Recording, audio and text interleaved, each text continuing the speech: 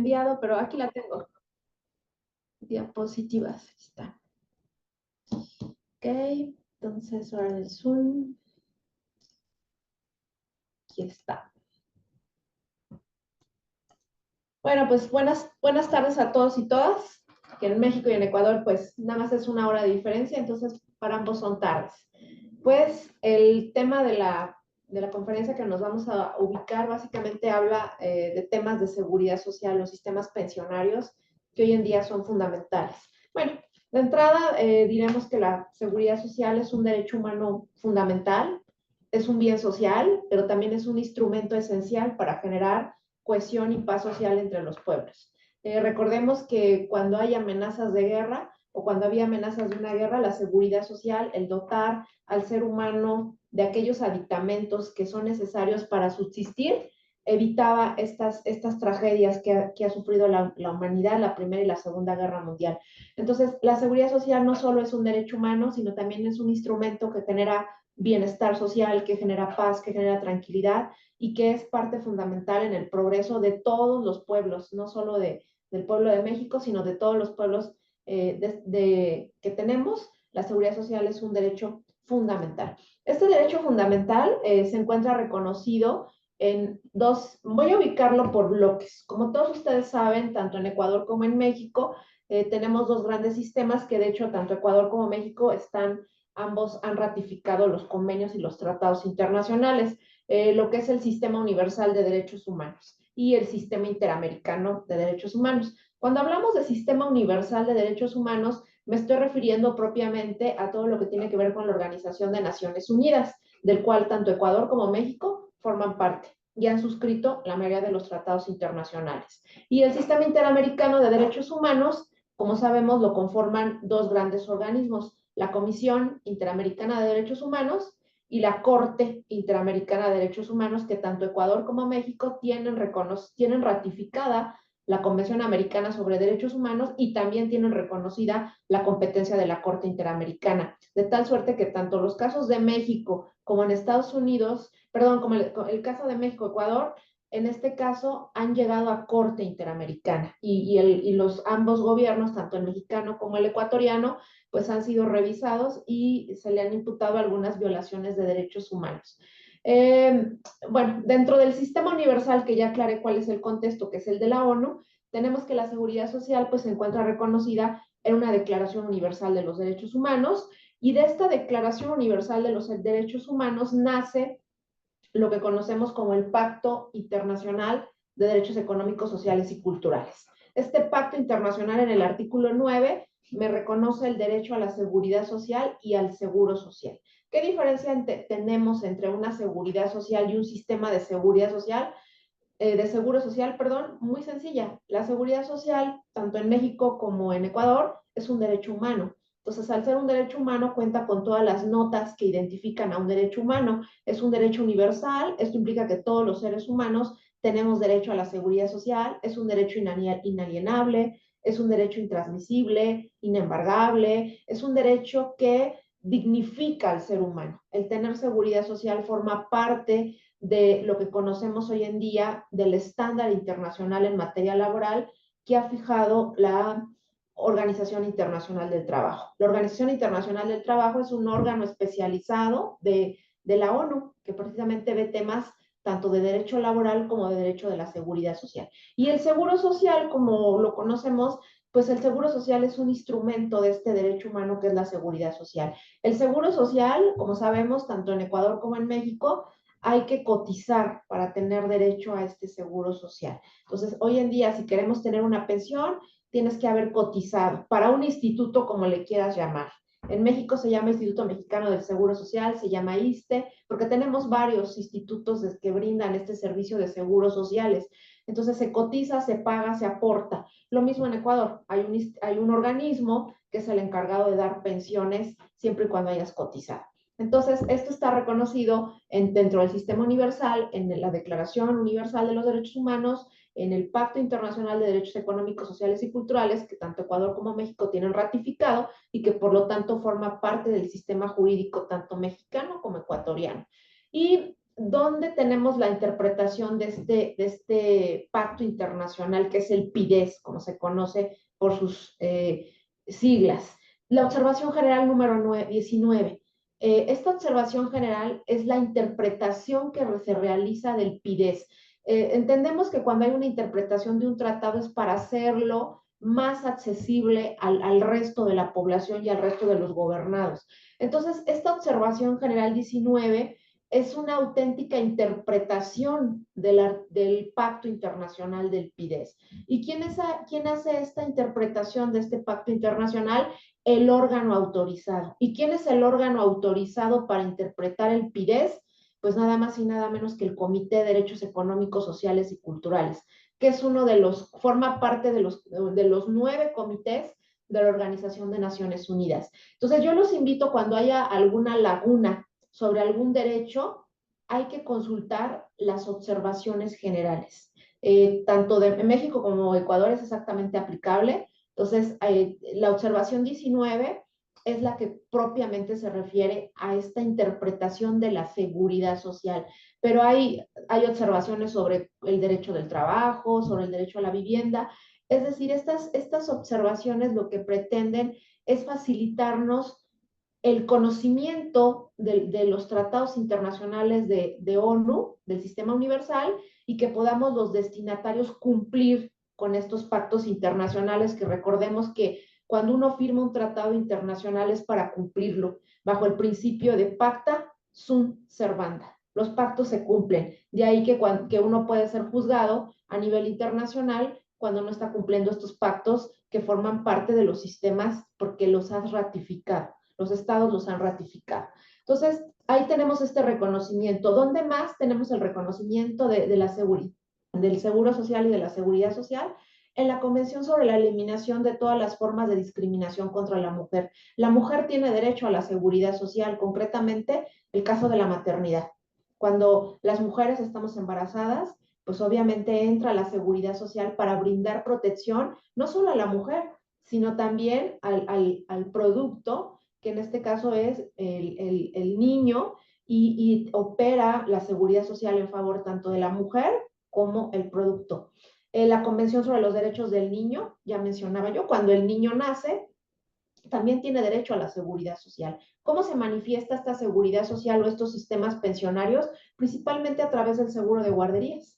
O sea, el niño, cuando la madre trabaja y el padre igual, pues tiene la prestación de que se vaya a una guardería donde le van a dar alimentación, recreación, educación, y no va a estar desprotegido. Entonces, las guarderías dotan al ser humano de esta seguridad social, apelando al interés superior del menor, que no, como sabemos, el interés superior del menor es un derecho, es un principio, pero también es una obligación para todos los pueblos. También, ¿quién tiene derecho a la seguridad social? Pues las personas con discapacidad. Los convenios de la OIT, todos los convenios de la OIT en materia de seguridad social son auténticos tratados internacionales. La palabra convenios muchas veces pareciera que no son tratados. No es así, son verdaderos tratados con fuerza normativa, y que si el Estado, una vez que los ha ratificado, los incumple, pues puede ser sujeto de una responsabilidad administrativa. Aquí quisiera hacer una acotación que lo he venido desarrollando en uno de mis artículos, que de hecho se publicó en Colombia, en una de las revistas más prestigiosas, que es Dikaion. Dikaion, como ustedes los deben de saber, significa derecho en griego. Entonces salió publicado ahí. Y aquí hago esta crítica que me voy a permitir hacer en este momento. Los convenios de la Organización Internacional del Trabajo se les conoce como normas internacionales del trabajo. Esa es la denominación general, las NIT, por eso están las abreviaturas. Sin embargo, cuando hablamos de temas de seguridad social, considero que no es válido utilizar el término de normas internacionales del trabajo. ¿Por qué? Porque la seguridad social es un derecho humano diferente al derecho del trabajo. El derecho del trabajo es un derecho humano que de hecho está reconocido en el PIDES, tiene una observación general que ha interpretado el derecho al trabajo, y la seguridad social es un derecho diverso al derecho del trabajo. Entonces, para mí el término más idóneo debería ser normas internacionales sociales, que involucraría a la parte laboral y a la parte de seguridad social. Dentro del sistema interamericano, obviamente, la seguridad social encuentra su máxima protección en la Declaración Americana de los Derechos y Deberes del Hombre, en la Carta de la OEA y en el protocolo adicional de la Convención Americana sobre Derechos Humanos en materia de derechos económicos, sociales y culturales, que es lo que se conoce como el protocolo de San Salvador. Entonces, este es el engranaje que tenemos en el sistema interamericano para brindar protección y blindar este derecho a la seguridad social. Ahora, algo muy importante es que todos los derechos humanos, todos, tienen un contenido esencial. ¿A qué me refiero cuando hablo de un contenido esencial? Bueno, esto es una teoría que ha nacido principalmente en Alemania. Los alemanes instauran la teoría del contenido esencial para medir cuando hay violaciones a derechos humanos. Y precisamente en las observaciones que hacen los intérpretes de los tratados, ahí se determina el contenido esencial. La observación 19 que mencionaba yo al inicio de mi intervención establece el contenido esencial de la seguridad social. ¿Qué debe de tener un sistema pensionario para que esté cumpliendo con el estándar internacional? Porque ¿qué pasa cuando no cumple con este estándar internacional? Pues sencillamente hay una violación a un derecho humano. Entonces, la seguridad social para todos los pueblos tiene que tener el siguiente contenido esencial. Tiene que ser disponible. ¿Esto qué implica? Que tiene que haber un sistema compuesto por varios planes pensionarios y este sistema debe de instaurarse en un marco de derecho nacional. Entonces, en el caso de México y en el caso de Ecuador se cumple porque efectivamente hay un sistema de seguridad social instaurado dentro de una normativa. Entonces, el primer punto del contenido esencial del sistema pensionario se cumple. Los riesgos. ¿Cuáles son los riesgos que tienes que tener reconocidos en un sistema pensionario sin importar el país para que cumplas con este contenido esencial? El primer punto es la salud. En el caso de México y Ecuador, perfectamente tenemos reconocido el tema de salud, el tema de que si hay una enfermedad, ¿qué pasa si yo tengo una enfermedad? Pues me van a dotar de las prestaciones económicas y prestaciones en especie. La vejez. O sea, cuando llego a la vejez, en un requisito de los sistemas pensionarios es establecer las prestaciones económicas que voy a tener ante mi retiro de la vida laboral. Porque obviamente el salario es fundamental para los seres humanos.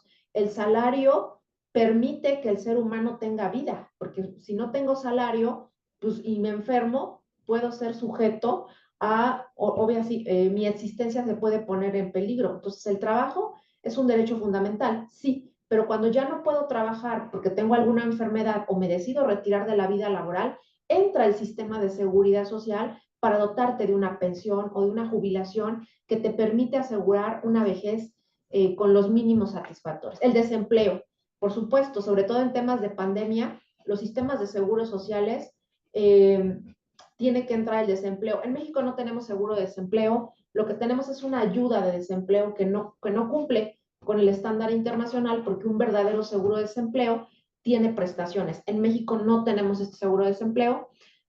Otra de las cosas que se debe cubrir son los accidentes laborales. Claro, si yo sufro un accidente en vida laboral, debo de tener mi esquema de prestaciones. Prestaciones familiares, la maternidad que ya mencionaba, la discapacidad, los sobrevivientes. Los sobrevivientes se refiere a cuando muere el titular del derecho, se le van a dotar las pensiones a los beneficiarios. Es decir, si muere el asegurado, muere el sujeto de aseguramiento, muere el pensionado, muere el jubilado, deja deudos. Entonces, esa viuda, esos huérfanos, para que no queden en estado de desprotección, dado que acaba de fallecer el principal proveedor o uno de los proveedores de la familia, entonces se otorgan las pensiones de sobrevivientes y que en el caso de México se conocen como pensiones indirectas. ¿Por qué pensiones indirectas? Porque no las recibe el titular del derecho, dado que ha fallecido, sino los reciben los beneficiarios, los huérfanos. Entonces, esta es la cobertura que debe tener todo sistema pensionario: la salud, la enfermedad, la vejez, el desempleo, los accidentes, las prestaciones familiares, la maternidad, la discapacidad, los sobrevivientes y los huérfanos. Entonces, esto es la cobertura que debe tener todo sistema de seguridad social. En un nivel suficiente. ¿Qué implica este contenido de los sistemas pensionarios?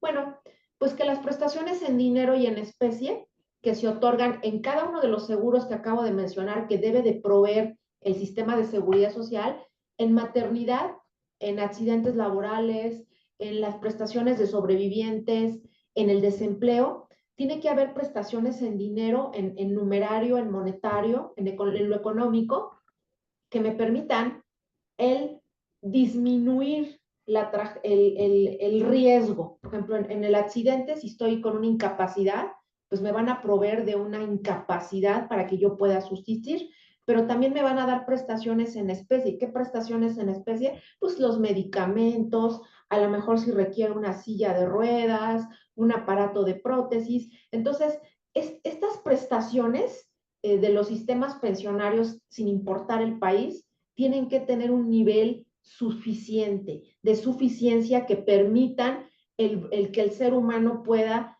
disfrutar de estas prestaciones y no se vea mermada su dignidad humana ni tampoco la discriminación. Por ejemplo, este tema es fundamental en el tema de nivel suficiente de prestaciones en dinero, en el tema de los homosexuales, que el tema de los homosexuales llegó a Corte Interamericana. Uno de ellos es el caso Duque versus Colombia. Ahí el país que era denunciado era Colombia, porque era el caso de dos parejas de homosexuales que se casan y una de ellas fallece.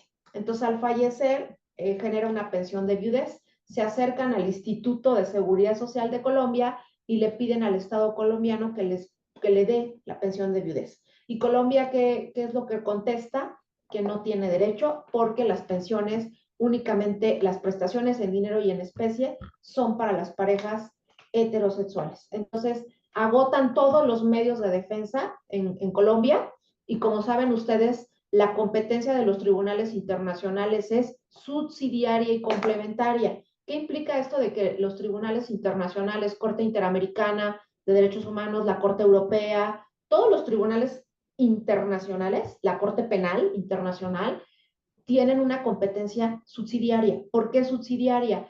Porque una vez que agotas todos los medios de defensa en tu país, ya te puedes ir a un tribunal internacional. No es de que directamente me voy al tribunal internacional, no opera de esa manera, porque la competencia es agoto todos los medios de defensa en mi país, en México o en Ecuador, y ya que no encontré esa justicia o esa vulneración, no encontré la restitución a mi derecho vulnerado que me estoy quejando, pues ya me puedo ir a un tribunal internacional, pero el principal garante de restituir esa violación es el Estado responsable. Y a falta del Estado, pues entra esta competencia subsidiaria. Entonces es fundamental que las prestaciones en dinero y en especie no haya discriminación. Por eso saco el tema de los homosexuales. Cuando tú otorgas una prestación en dinero, una prestación en especie, no puedes tener un parámetro de discriminación. La debes de otorgar a todos tus habitantes en un mismo plano de igualdad, el principio de la igualdad. Y cuando no lo otorgas, pues estás vulnerando el sistema pensionario. ¿Qué otra de las cosas que tiene que tener? Accesibilidad, la cobertura. Todas las personas tienen que estar cubiertas por el sistema de seguridad social. Las condiciones. Cuando tú te acoges a un sistema de seguridad social, a un sistema pensionario, tiene que ser razonable, proporcional y transparente. Es decir, cuando haya una supresión, una reducción, una modificación o una suspensión de una prestación, tiene que ser limitada, razonable y tiene que haber una causa, el por qué te están suspendiendo la pensión. Por ejemplo, el caso de un riesgo de trabajo. Vamos a pensar que te dan una pensión por riesgo de trabajo y te pones a trabajar. Entonces, hay una incompatibilidad porque la pensión de riesgos de trabajo, sobre todo la incapacidad permanente total, te retira de la vida laboral. Entonces, cuando tienes el derecho a un sistema pensionario y ese derecho es suprimido, es quitado, es vulnerado, tiene que haber el por qué hay esta vulneración. Ahora, la asequibilidad. Un plan de seguridad social exige el pago de cotizaciones, lo que mencionaba. O sea, todos los sistemas de seguridad social en el mundo, todos, tienes que pagar, tienes que aportar. Y una vez que has aportado, si cumples con los requisitos, tendrás derecho a las prestaciones.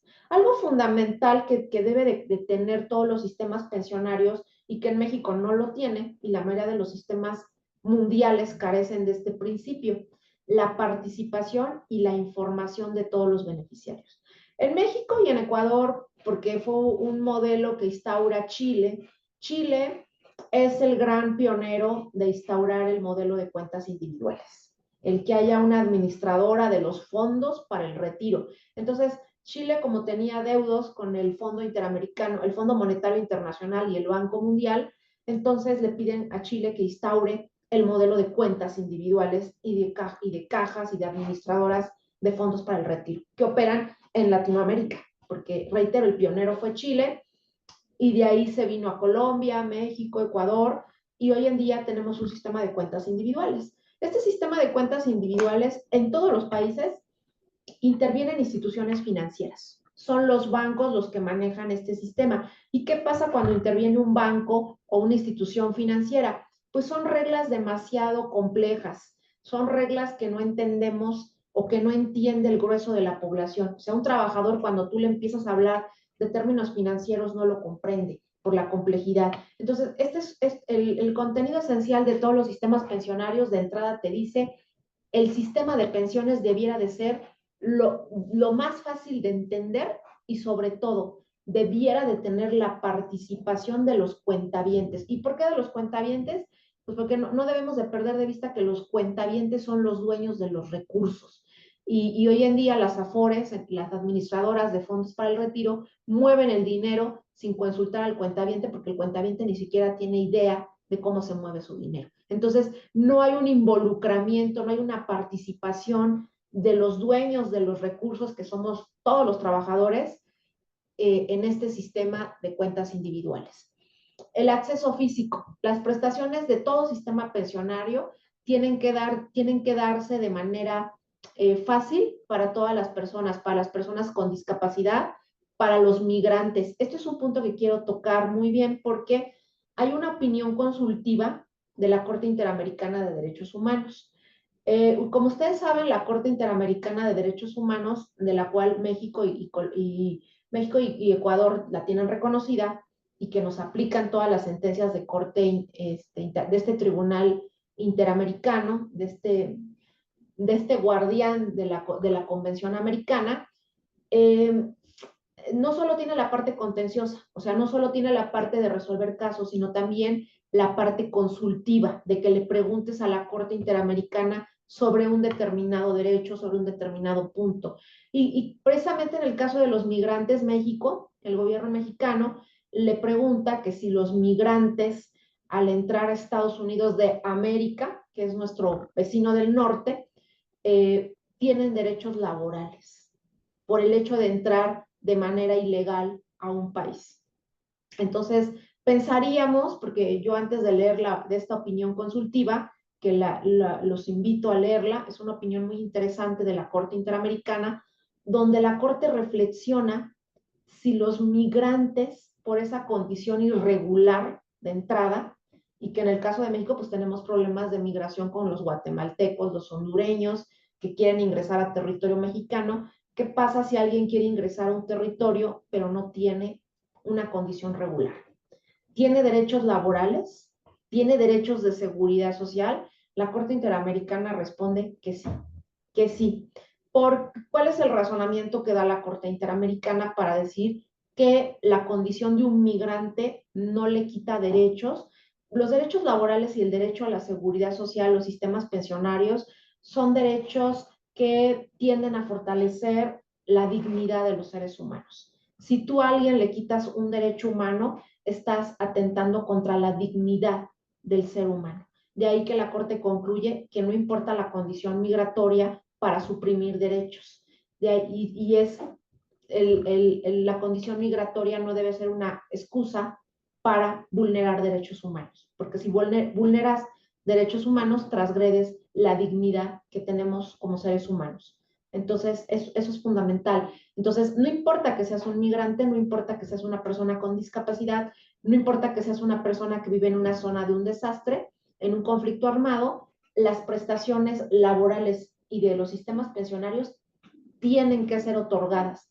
Y yo diría, y con mayor razón, porque precisamente los sistemas pensionarios, una de las cosas que buscan es paliar una situación de tragedia, una situación de desastre, que es cuando más se necesita el tener esta seguridad social. La seguridad social cubre, mitiga los riesgos a los que está expuesto el ser humano. Como decía en Alemania, te protege desde la cuna hasta la tumba, desde que naces, desde que eres concebido, la seguridad social entra a protegerte, por eso tenemos la maternidad, tenemos el sistema de guarderías y hasta la tumba. Cuando te mueres, la seguridad social también te protege porque te paga gastos funerarios y dota a tus beneficiarios de un esquema de prestaciones para no dejarlos protegidos. Entonces, en temas de necesidad, en temas de desastres, es cuando más requerimos estos sistemas pensionarios y deben ser garantizados por el Estado. Ahora, cuando hay una transgresión a los sistemas pensionarios, ¿de qué manera podemos a nivel internacional restituir estos derechos vulnerados? Bueno, de entrada, los sistemas pensionarios se pueden hacer justiciables ante un tribunal internacional, como Corte Interamericana, como la OEA, a través del mismo derecho. O sea, vas, presentas una solicitud, una queja, una denuncia, denunciando al Estado agresor y concretamente la justiciabilidad directa. ¿Qué derecho vas a apelar? Pues que te violaron el derecho a la seguridad social. Y el Tribunal Internacional tendrá que resolver. Ahora, hay otra justiciabilidad que no es la directa. O sea, la directa es, para que nos quede claro, cuando invocas el derecho vulnerado y el tribunal resuelve con base en ese derecho vulnerado. O sea, me violaron mi derecho al medio ambiente, me violaron el derecho al libre desarrollo de la personalidad. Entonces, ese derecho, cuando lo invoco en un tribunal internacional, mi derecho al medio ambiente, mi derecho a la libre personalidad, ahí hablamos de una justiciabilidad directa. Pero también existe una justiciabilidad indirecta. ¿Cuál es esta? Y es la que ha imperado mucho en el sistema interamericano. Durante mucho tiempo, erróneamente se pensaba que los DESCA, los derechos económicos, sociales, culturales y ambientales, donde ubicamos al derecho del trabajo y ubicamos a los sistemas pensionarios, que es seguridad social, se pensaban que eran un conjunto de buenos deseos, un conjunto de normas que si el Estado quería las cumplía y si el Estado no quería no las cumplía. Entonces, se decía, no, es que los DESCA son buenos deseos. ¿Y de qué manera se hacían a los DESCA justiciables? A través de un derecho individual. Entonces, ¿cuáles fueron los derechos para hacer justiciable los sistemas pensionarios? Concretamente, bueno, el primer derecho era el de igualdad y no discriminación. Y acabo de poner el ejemplo del caso de los homosexuales. O sea, cuando a alguien le violaban su derecho a la pensión, decían, es que no me quieren dar la pensión de viudez, en el ejemplo que yo ponía.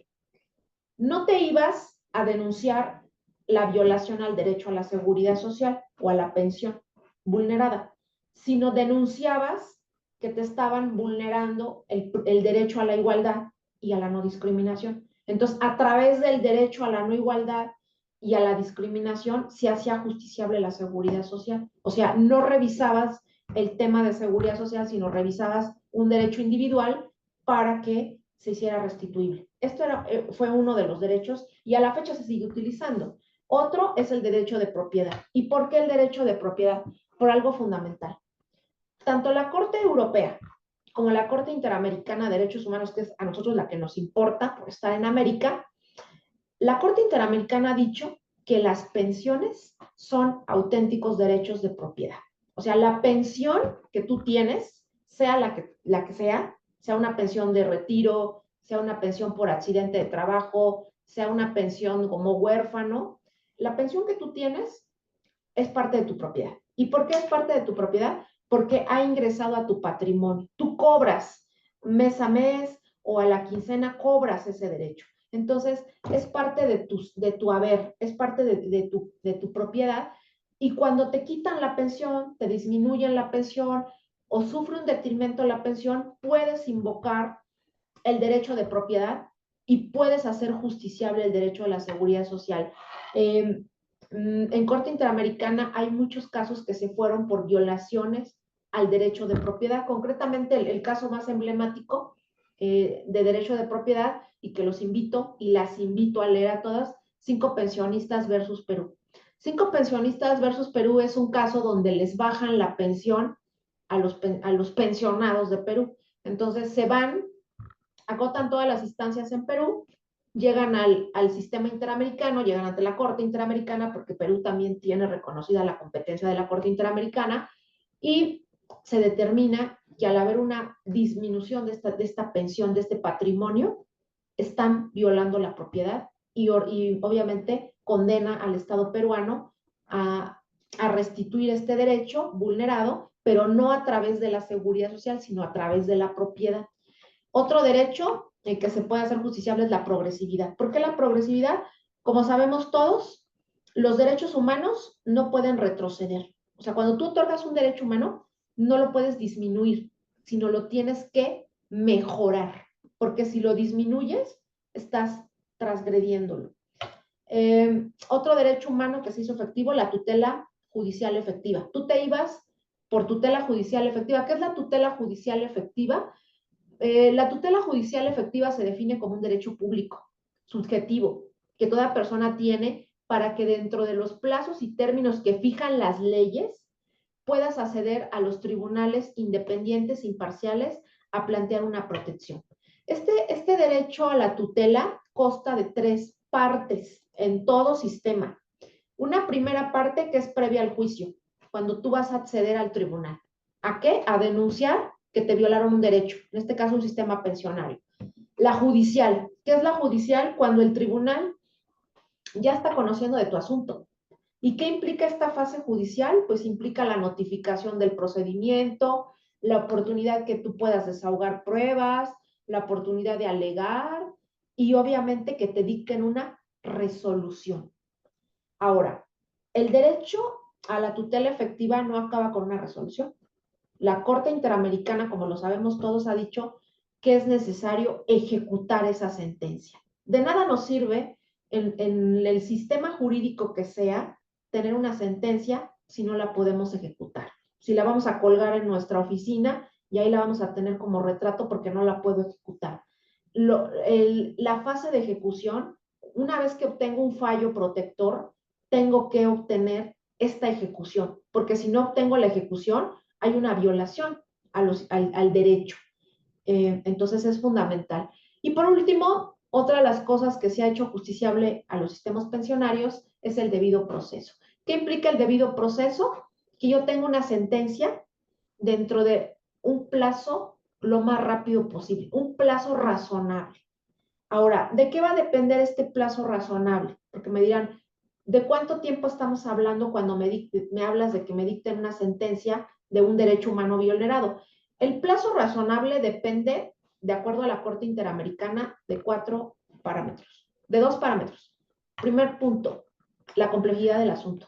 No vamos a resolver un asunto sencillo en el mismo tiempo que un asunto complejo. Entonces, dependiendo de la complejidad del asunto, va en el plazo en el que se va a resolver todo asunto. Otro caso, la conducta de la autoridad competente. Es decir, se tiene que observar si la autoridad ha actuado con la debida displicencia para resolver el asunto. Y si la autoridad, llámese como se llame, si es una autoridad administrativa, si es una autoridad jurisdiccional, no ha desahogado el caso con la prontitud y dentro de los términos que marcan cada sistema jurídico, pues ahí hablamos de que hay una responsabilidad de parte del Estado.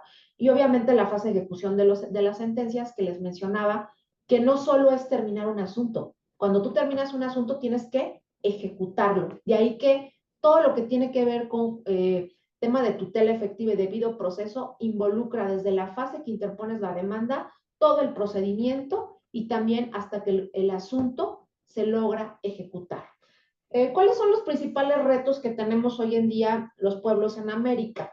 Pues los principales retos que tenemos es que las semanas de cotización no nos están alcanzando para lograr una pensión. ¿Por qué no nos están alcanzando las semanas de cotización?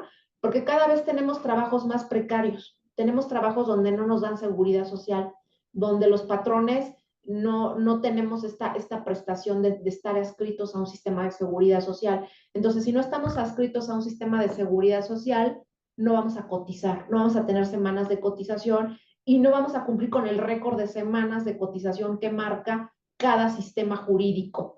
Otra de las cosas que tenemos, y en México se acaba de dar, el incremento de aportaciones. En México las aportaciones se han incrementado mucho para la parte patronal, pero el Estado en algunos seguros se le ha dejado de aportar. Entonces se saca al Estado de esta aportación y únicamente aportan el trabajador y el Estado. Perdón, el trabajador y el patrón, y el Estado ha dejado de aportar en ciertos seguros. Tenemos pensiones bajas en muchos países de Latinoamérica, derivado de la baja densidad de lo que es la cotización. ¿Qué implica la baja densidad de la cotización? La baja densidad de la cotización tiene que ver con el tiempo en el que tú entras a cotizar. Hoy en día, los jóvenes están entrando a cotizar a la edad de 30 años, 35, es decir, están entrando tarde al mercado laboral, cuando antes las viejas generaciones, 15 años, 20 años, ya eran sujetos de una cotización, eran aportantes. Entonces, ahora el entrar al mercado laboral a una edad tardía de 30, 35 años, eso te limita mucho para que puedas llegar a una pensión. Y por último, la insuficiencia de recursos de la cuenta individual. Como lo mencionaba en mi intervención, las cuentas individuales las manejan las administradoras de fondos del retiro y muchas de estas insuficiencias de recursos tienen que ver con que las AFORES, las administradoras, han perdido los recursos de los trabajadores en lo que tiene que ver las inversiones, porque todas las administradoras juegan con el dinero, depositan el dinero de los trabajadores dentro de las bolsas de valores. Entonces, cuando las bolsas de valores en el mundo se colapsan, pues obviamente los trabajadores pierden dinero y es lo que se conoce como las minusvalías. O sea, cuando la Afore deposita mi dinero en una bolsa de valores y si la bolsa de valores se desploma, ese día hubo un día negro en mercado financiero, pues obviamente el dinero que se pierde es el dinero de los trabajadores. Y algo fundamental que no lo puse aquí y que ahorita lo quiero mencionar, uno de los temas que también está representando todo un reto es el sistema de cuidados. Ahorita los invito a consultar, está en audiencia pública ante la Corte Interamericana, eso lo pueden ver en internet, ¿cuál es el contenido esencial del derecho al cuidado? Argentina acaba de presentar esta solicitud de opinión consultiva a la Corte preguntándole hasta dónde llega el derecho al cuidado y por qué es importante este derecho al cuidado, y va muy relacionado con la ponencia que sigue después, porque el derecho al cuidado no solo es para los niños, sino sobre todo para los adultos mayores.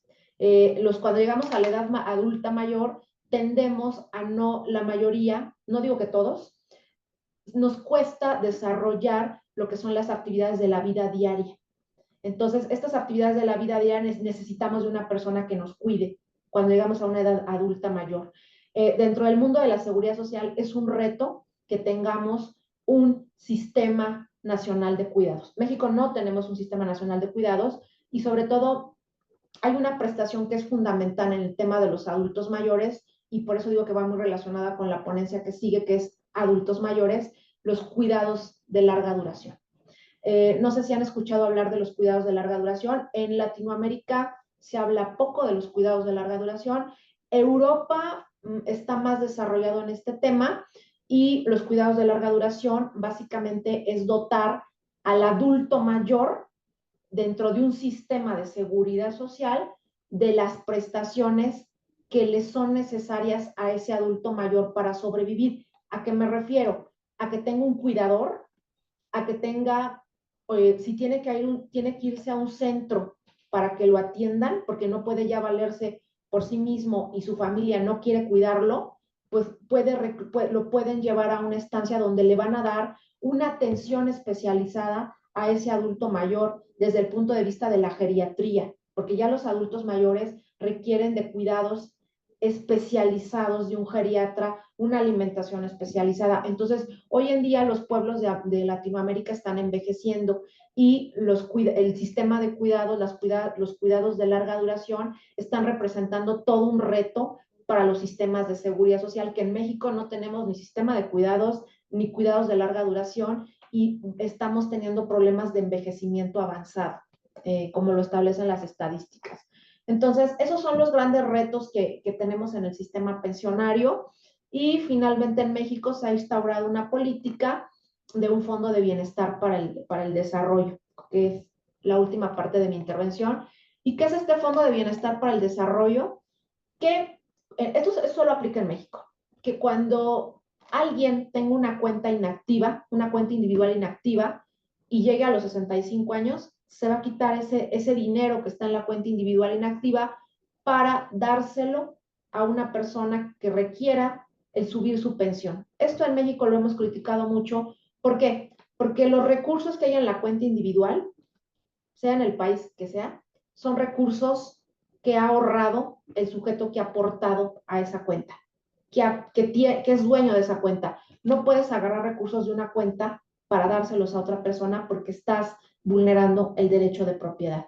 Entonces, creo que tenemos mucho que repensar los sistemas pensionarios. Los pueblos en Latinoamérica están envejeciendo, necesitamos cuidados de larga duración, necesitamos sistemas de pensiones que efectivamente garanticen retiros dignos, lo cual está costando mucho trabajo porque no estamos llegando no estamos llegando a las cotizaciones por lo que ya mencionaba. Pues hasta aquí sería mi participación de los principales problemáticas que tenemos y de la importancia que hay de abonar a este sistema de seguros sociales. Exactamente acabé 4:50.